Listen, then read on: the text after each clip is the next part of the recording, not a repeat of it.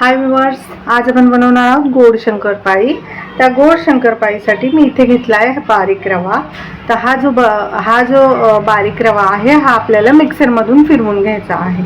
जरी हा बारीक असला तरीही आपण हा मिक्सरमध्ये फिरवून घेणार आहे।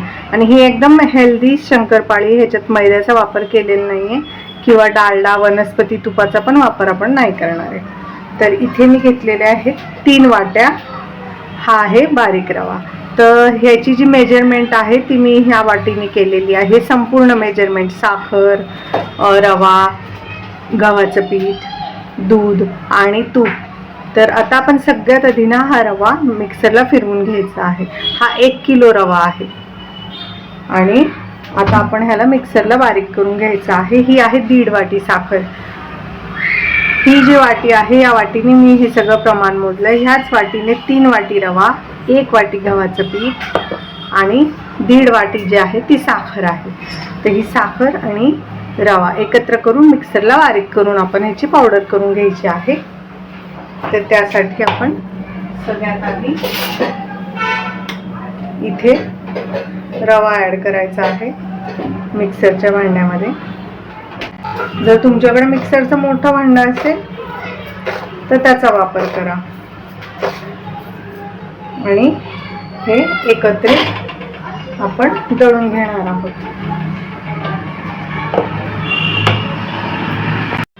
हे पहा व्यूअर्स, इथे आपण साखर आणि रवा मिक्सरमध्ये बारीक करून घेतलेला आहे। आता आपण घेतला होता 3 वाटी रवा, याच वाटीने 3 वाटी रवा, 1.5 वाटी साखर घेतली होती आणि हा आहे 1 वाटी गव्हाचं पीठ। आता आपण गव्हाचं पीठ ह्याच्यामध्ये ॲड केलेलं आहे। आता ह्याच वाटीने ना आपण अर्धी वाटी तूप ह्याच्यामध्ये ॲड करायचं आहे। प्रमाण लक्षात ठेवा, अर्धी वाटी तूप घ्यायचं आहे आणि पातळ करून मग ह्याच्यात ॲड करायचं आहे। तर इथे मी साजूक तुपाचा वापर करते। हे पहा, आपण आता हे वितळून बघूया हे अर्धी वाटी होतंय की नाही ते। आता आपण गव्हाचे पीठ, रवा, साखर घेतलेली आहे। आता आपण ह्याच्यात 1.5 चमचा वेलची पावडर, वेलची आणि जायफळाची पावडर आहे। ही मी कशी केली याची रेसिपी पण आहे माझ्या चॅनलवर। तर ती इथे आपण 1.5 चमचा हा जो आहे वेलची जायफळची पूड ॲड केलेली आहे। आणि आपण ह्याच्यामध्ये थोडंसं मीठ देखील ॲड करणार आहोत। तर इथे मी 1 टीस्पून एवढं मीठ पण ॲड करते। गोडाला नेहमी थोडंसं मीठ ॲड करायचं। आता आपण हे सर्व साहित्य जे आहे ना ते एकत्र करून घेऊया। रवा, साखर आणि मीठ, वेलची पावडर। आता इथे पहा, मी ना बरोबर अर्धी वाटी तूप आहे ते वितळवून घेतलेलं आहे। हे साजूक तूप आहे, ते वनस्पती किंवा डालड्याचा मी वापर केलेला नाहीये। तर आता हे तूप आहे ना हे थोडंसं गरमच आहे। तर आपण ह्याला ना चमच्याने मिक्स करूया, म्हणजे आपला हात जो आहे तो भाजणार वगैरे नाही। आणि छान असं आता हे जे तूप आहे हे आपण चोळून घ्यायचं आहे। हे पहा, आता छान असं पूर्ण पिठाला ना असं हे तूप चोळून घ्यायचं आहे। हे प्रमाण जर तुम्ही वापरलं तर तुमची अगदी छान खुसखुशीत अशी शंकरपाळी तयार होईल। आणि इथे ना मी पाव वाटी दूध घेतलेलं आहे। ह्याच्यातलं आपल्याला थोडं थोडं दूध करूनच हे शंकरपाळीचं पीठ मळायचं। एकदम सगळं दूध टाकायचं नाही, नाहीतर साखरेमुळे मिश्रण पातळ होऊ शकतं। हे पहा, आता बघून आपण किती छान असं हे छान असं बाइंडिंग आलेली आहे। तूप चोळून घेतलेलं आहे। हे पहा, आता आपण ना ह्याच्यात पाव वाटीमधलं फक्त थोडंसं अर्ध दूध आपण ह्याच्यात ॲड केलेलं आहे। आणि आता आपण हे दूध ह्या पिठाला चोळून चोळून मळून घेणार आहोत। एकदम सगळं दूध ॲड करायचं नाहीये, कारण साखरेमुळे ह्याला पाणी सुटतं। हे पहा, इथे मी पूर्ण ना पाव वाटी पूर्ण दूध टाकलेलं आहे, तरी पण दूध कमी आहे। तर मी इथे आणखी पाववाटी दूध जे आहे ते घेते. तर हे देखील पाववाटी दूध आपण थोडं थोडं करूनच ऍड करायचं. हे पहा व्ह्यूअर्स, आता ना आपला छान असा पिठाचा गोळा तयार झालेला आहे. तर मला आहे ना ही वाटी आहे ना अर्धी वाटी दूध लागलेलं आहे हे पीठ मळण्यासाठी शंकरपाळीचं. तर असा गोळा घट्ट होण्यासाठी ना मला पूर्ण अर्धी वाटी लागली आहे. आणि जर तुम्ही जर 200 ml ची जी पावशरची जी दुधाची पिशवी येते ती पूर्ण पावशरची येत नाही, 200 ml ची येते, तर ती पूर्ण पिशवी मला ह्या पिठाला लागलेली आहे. मी 1 पावशरची म्हणजे 200 ml ची आहे ना पिशवी घेतली होती दुधाची, ती संपूर्ण मला ही पिठाला लागलेली आहे. आणि वाटीने मोजून घेतलं मी ते दूध तर ते अर्धी वाटी दूध होतं. तर आता आपण हा गोळा आपला छान असा हे पहा शंकरपाळीचा मळून तयार आहे. तुम्हाला कमी जास्त कसं लागतंय ते तुम्ही थोडं थोडं दूध ऍड करूनच बघायचं आहे, एकदम टाकायचं नाहीये. जर खूप जास्त दूध झालं तर पीठ पातळ होईल, कारण आपल्या पिठामध्ये ऑलरेडी साखर आहे.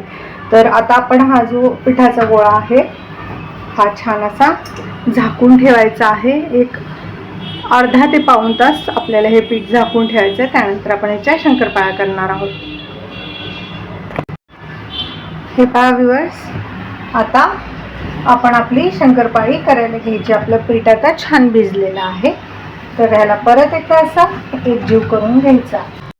हे पहा व्ह्यूअर्स, आता आपण इथे ना शंकरपाळ्याच्या पिठाचा एक गोळा घेतलेला आहे. इथे मी खाली गव्हाचं पीठ लावलेलं आहे आणि थोडं पीठ वरून पण घ्यायचं. जर तुमचा गोळा तुटत असेल, नीट त्याचा व्यवस्थित गोळा बनत नसेल, तर तुम्ही त्याच्यात 4-5 चमचे आणखीन दूध टाकून व्यवस्थित पीठ मळा. जसं आपण नॉर्मली पीठ मळतो शंकरपाळ्यांचं. तुटलं नाही पाहिजे पीठ आपलं. जर तुम्हाला असं वाटलं की बाबा रवा खूप जास्त दूध पितोय आणि तुमचं पीठ तुटतंय, अशी लाटी होत नाहीये, तर तुम्ही त्याच्यात दूध ऍड करू शकता आणखीन आणि मग त्याची लाटी बनवू शकता. हे पहा, आता अशा प्रकारे आपण ना हे छान असं लाटून घ्यायचं. ह्याचं तुम्हाला जितक्या पातळ हव्या आहेत ना शंकरपाळ्या तितकं पातळ तुम्ही याची लाटी लाटा. आणि हे जे आहे साईडचं हे आपण कट करूया.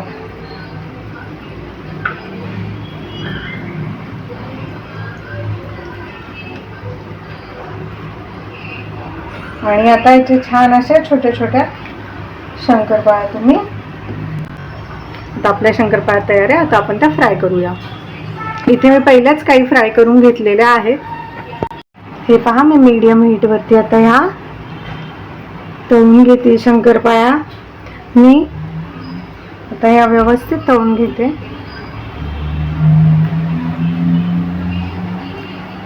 आणि ह्या अगदी पौष्टिक आहे मुलांसाठी. ह्याच्यात अजिबात मैदा नाही आहे किंवा डालडा नाही आहे, वनस्पती तूप नाही आहे, साजूक तूप पण ह्याला जास्त लागत नाही.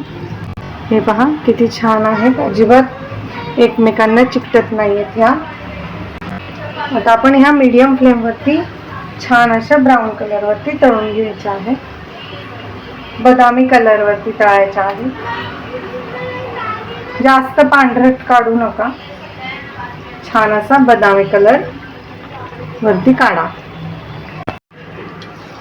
हे पहा व्ह्यूअर्स, या कलरवरती आपण आता ह्या काढून घ्यायच्या आहे. जास्त याचा डार्क कलर करायचा नाही आहे. हे पहा, बघू शकता तुम्ही. अशा प्रकारे मी सर्व शंकरपाळ्या करून घेते आणि मग तुम्हाला दाखवते. हे पहा व्ह्यूअर्स, आपल्या मस्त अशा खुसखुशीत पौष्टिक गव्हाच्या पिठाच्या आणि रव्याच्या शंकरपाळ्या तयार आहेत. कशा दिसतात ते? दिसतात आहे ना टेस्टी टेस्टी, यम्मी यम्मी. ह्या किती छान झालेल्या आहेत तुम्ही बघा. अगदी म्हणजे हाताने ह्या चुरल्या जातात, इतक्या खुसखुशीत झालेल्या आहेत. तुम्ही बघू शकता. हे पहा, त्यामुळे माझी ही रेसिपी नक्की ट्राय करा. रेसिपी कशी वाटली ती कमेंटमध्ये नक्की सांगा.